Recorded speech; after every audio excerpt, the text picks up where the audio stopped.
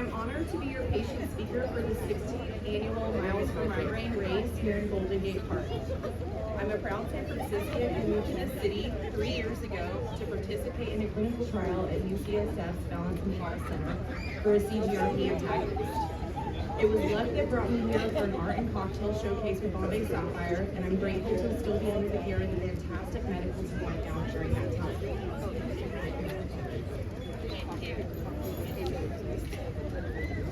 Migraine has been a part of my life since childhood, often surfacing during times of trauma. The vestibular aspects, like altered depth perception, vertigo, and feelings of derealization, were difficult to articulate and even harder for others to take seriously. When I was diagnosed with chronic vestibular migraine 5.5 years ago, it was both a relief to finally understand the cause of these symptoms and a strange realization that not everyone experiences the world with the same dizzying intensity that I've grown used to. Navigating life with migraine meant changing everything, from my lifestyle to grieving the loss of friends who couldn't fully understand, and gaining the unwanted life skill of learning how to deal with workplace discrimination. It was often overwhelming and often lonely. I discovered a sense of community online where fellow migraineurs provided a wellspring of support and shared experiences.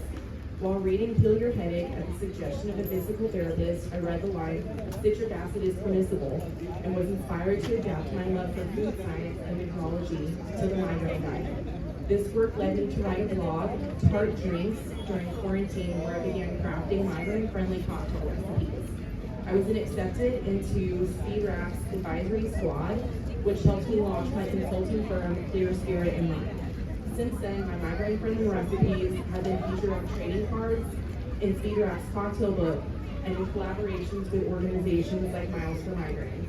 Earlier this year, I had the honor of being included in a Vibe 75 for 2024, a recognition I had never anticipated when I first set out on this path. Living openly with migraine isn't always met with understanding or accolades, though. Asking for accommodations in the workplace or everyday life can be daunting, as invisible illnesses and dynamic disabilities often face skepticism and misunderstanding. While some may struggle to grasp our experiences, the support within this community has made all the difference. It's the allies who check in and ask things like, "How are your spoons today?" Acknowledging that energy is a limited resource. Guidance on writing ADA letters, finding appropriate health insurance coverage, and encouragement from fellow migraineurs that have helped me through challenging times. In the hospitality industry, we use the term "heard" as a term of acknowledgement. Advocacy events like Headache on the Hill have given me the opportunity to be heard and push for legislative changes that improve care for people with migraine. Research projects, like the Society for Academic Emergency Medicine's GRACE 3 study, have given me a platform to write perspectives in support of earlier referrals to vestibular rehab and the inclusion of any financial aid available for dizzy patients in emergency rooms. And artistic opportunities like the Canvas project from Bombay Sapphire let me transform my experiences with migraine into cross-stitch art and migraine-friendly cocktails, creating the best conversation starter among colleagues in hospitality.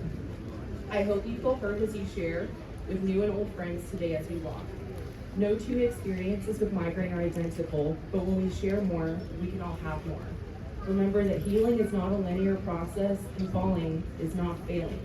Have the courage to get back up, especially if it feels like it's just for you. We'll all be cheering you on as you do. Cheers.